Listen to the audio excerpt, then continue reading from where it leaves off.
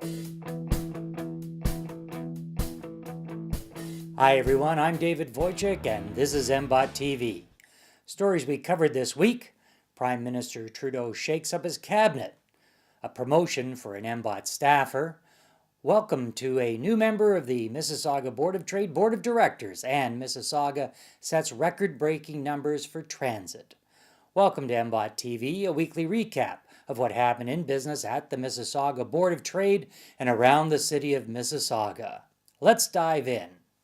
Prime Minister Trudeau, in the midst of fallout from the SNC noise, made a minor cabinet shuffle due to the resignation of Jody Wilson-Raybould as Minister of Veteran Affairs. The new Veteran Affairs Minister is Lawrence McCauley, who was previously the Minister for Agriculture and Agri-Food. Replacing McCauley is Marie-Claude Bibeau. She was previously the Minister of International Development. Taking on the role of International Development Minister is Marianne Monsef, who adds that responsibility to her current job as the Minister for Women and Gender Equality. There were no additions to the inner sanctum of the Liberal cabinet, which has drawn some to say that the captain is merely rearranging the deck chairs on the Titanic. We will follow the SNC story, considering its impact on Canadian jobs and any trickle-down effect it may have locally. The Mississauga Board of Trade announced this week Brad Butt will assume the position of Vice President, Government and Stakeholder Relations. This change better aligns with Brad's responsibilities within the business community and government. Jim Molyneux, chair of the board, announced the appointment of Donna Heslin from UTM to the board of directors.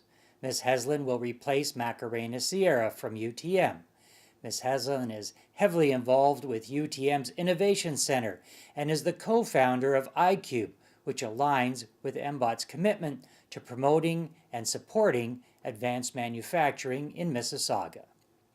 The Mississauga Board of Trade is now accepting nominations for our Awards of Excellence in 11 different categories.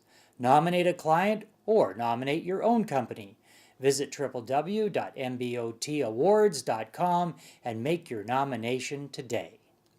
Coming up is our political report with Brad Butt and MBOT's upcoming events listing with Stephanie Giorgio. But first, are you looking for ways to save money on employee benefits? The Chamber Plan can help. The Chamber's plan now offers employee benefit programs with greater selection, higher coverage levels, and more value than ever before. Take another look and see why we're the choice of more small businesses than any other plan in Canada. The Chamber's plan. It's for your benefit. Now for our political update. Here's the Vice President of Government and Stakeholder Relations, Brad Butt. Brad? Well, thanks, David. The Minister of Health, Christine Elliott, announced major changes to the healthcare system in Ontario last week. The new plan would improve access to services and patient experience by organizing healthcare providers to work as one coordinated team focused on patients and specific local needs. Patients would experience easy transitions from one health provider to another, for example, between hospitals and home care providers, with one patient story, one patient record, and one care plan. The Ontario Chamber of Commerce welcomed the government's commitment to publicly funded health care, as it is both an economic driver and a competitive advantage for our province. The Chamber network has long called on the government to transform the Ontario healthcare system through streamlined administration and improved use of digital tools. The OCC also encourages the government to work closely with local agencies during the transition to ensure that effective programs and best practices are maintained, scaled, and shared. While the Ontario government is consulting the public on various proposed changes to the growth plan for the Greater Golden Horseshoe, this includes a proposal to create provincially significant employment zones, specially recognized areas that are primarily industrial zoned, located near important transportation hubs, provide important economic roles, and may be otherwise vulnerable to residential conversion pressures. The government has identified 29 potential zones within the Greater Golden Horseshoe, including lands in Mississauga. There have been concerns over time that the area is losing valuable employment lands as rezoning has permitted residential development never again to be available for commercial uses. With a potential light rail transit system in our sights, the City of Mississauga announced that the MyWay system has increased its ridership by 2.6% in 2018, along with a ridership record of 40 million revenue rides. The statistics show more commuters taking the bus regularly, buoyed by new expansions like the 100 Airport Express bus and expansions through the Mississauga Transitway Passage and increased scheduling. Since launching the Airport Express bus in October 2018, more than 1,200 customers ride the bus to or from Toronto Pearson International Airport each weekday. The City of Mississauga has released its draft Smart Cities Master Plan for comment. A smart city is a municipality that uses data and communication technologies to create sustainable economic development, increase operational efficiency, and improve government services and quality of life.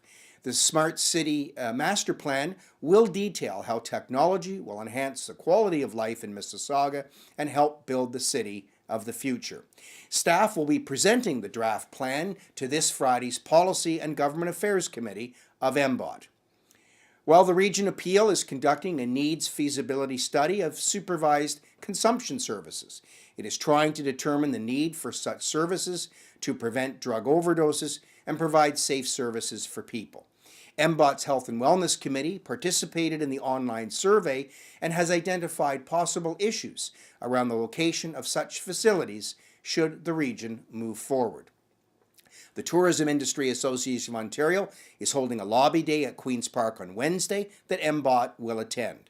We have been working with TIO to ensure tourism dollars generated through Mississauga's municipal accommodation tax are invested back into tourism initiatives and that provincial support for tourism also flow appropriately into Mississauga. The city is working on implementing its tourism master plan and making Mississauga a destination city. Back to you, David. Thanks, Brad. With a listing of our upcoming events, here's our events manager, Stephanie Giorgio. Stephanie. Thanks, David. And here's what's coming up at your Mississauga Board of Trade. On March 8th, MBOT celebrates International Women's Day.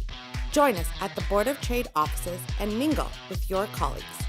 Of course, our male members are always welcome to join us in the celebration. On March 13th, Good Morning Mississauga is at Hilton Meadowville. Come out and connect with Mississauga businesses.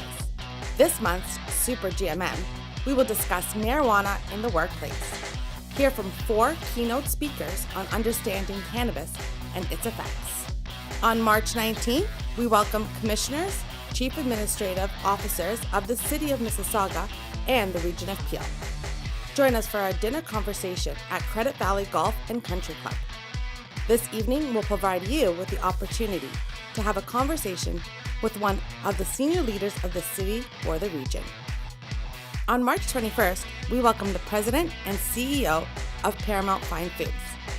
Hear from Mohammed Faqih about the humble beginnings, the accomplishments, and future aspirations of his extraordinary Made in Mississauga entrepreneur. And save the date for our annual Golf Classic, 9, Dine, and Network. On June 24th, we tee off at Lionhead Golf for 9 holes of fun. Whether you're a golfer or not, this event has something for you. Can't make golf? No problem. Join us for dinner, big prizes, and our legendary silent auction. Grand prize of a big screen TV and a live auction for 2 airline tickets. Back to you, David. Thanks, Stephanie. If you have any questions about how to make a nomination for our Awards of Excellence, register for an event, or have your company featured on MBOT TV, contact your membership services manager by calling 905-273-6151 and press 0 to get connected. Details about these stories and events are available at www.mbot.com. Until next week, this is David Wojcik wishing you continued success in your business.